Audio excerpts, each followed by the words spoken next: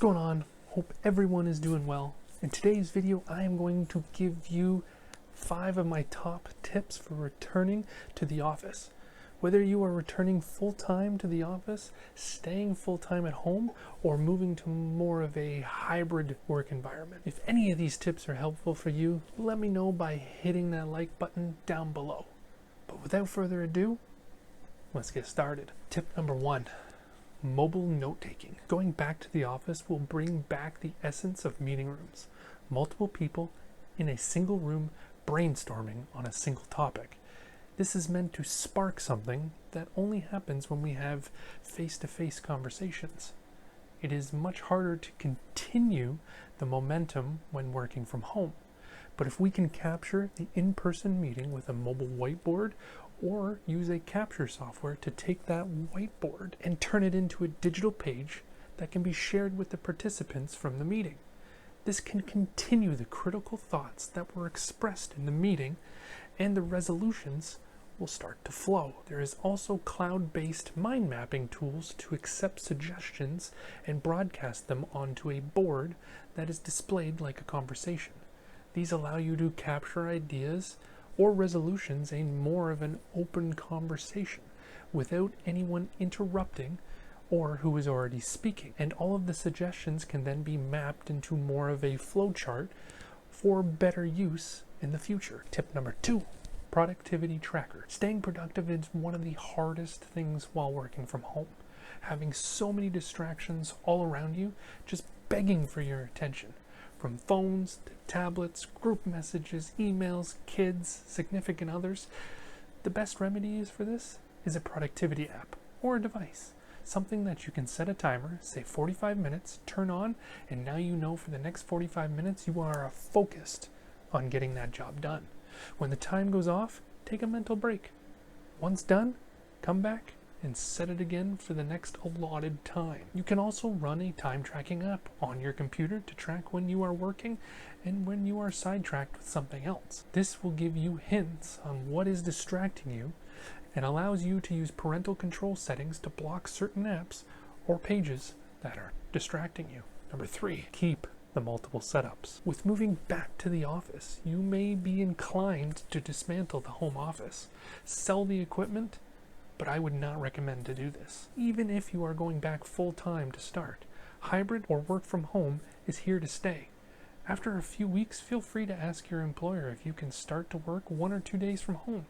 As long as your job is not required 100% for you to be on site, or if working from home is very important to you and your employer is not flexible whatsoever, there are tons of new work from home jobs popping up on job sites every day.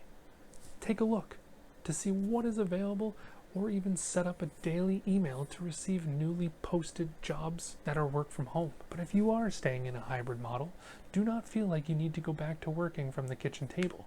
You need a space that is yours. So when you walk into that room, nook, or closet, you are in that state of mind that you are going to get productive work done. And with restocks widely available now of IT equipment, if you don't have a second monitor in your home, now is the time to get one. 2 24-inch monitors is the best setup for working from home. Now, whether that second monitor is in a landscape or a portrait view is completely up to you. But having that second monitor just relieves the constant need of alt-tabbing to find what you were looking for. And it can also be used for conference calls, Teams, and Skype IMs. Tip number 4. With the hybrid model becoming more present, the need for carrying all the necessities is a little more of a priority. I have added a hard shell case for all my little technique. It is from a company called Ugreen. Picked this up from Amazon for under 25 bucks. A small carrying case is where I can keep my cables for my phone, tablet, wireless mouse, spare pair of headphones, whether that's wired or Bluetooth, and now more than ever, we all need to carry the most popular cables. From Lightning, USB-C, USB Micro, and even USB Mini. I keep all these cables in that case. I also keep some Bluetooth headphones that I can connect to all the devices no matter which device I am working on. Being a Windows user, I do not benefit from the AirPods and iCloud Sync, so instead I use an older pair of Beats Bluetooth headphones, and recently I switched over to the new Surface Headphones 2 from Microsoft. These have multi-device support as well as a USB dongle for the computer, and these headphones will always pair with the USB dongle even if you have two Bluetooth devices already pair. It will remove one and connect to the dongle automatically.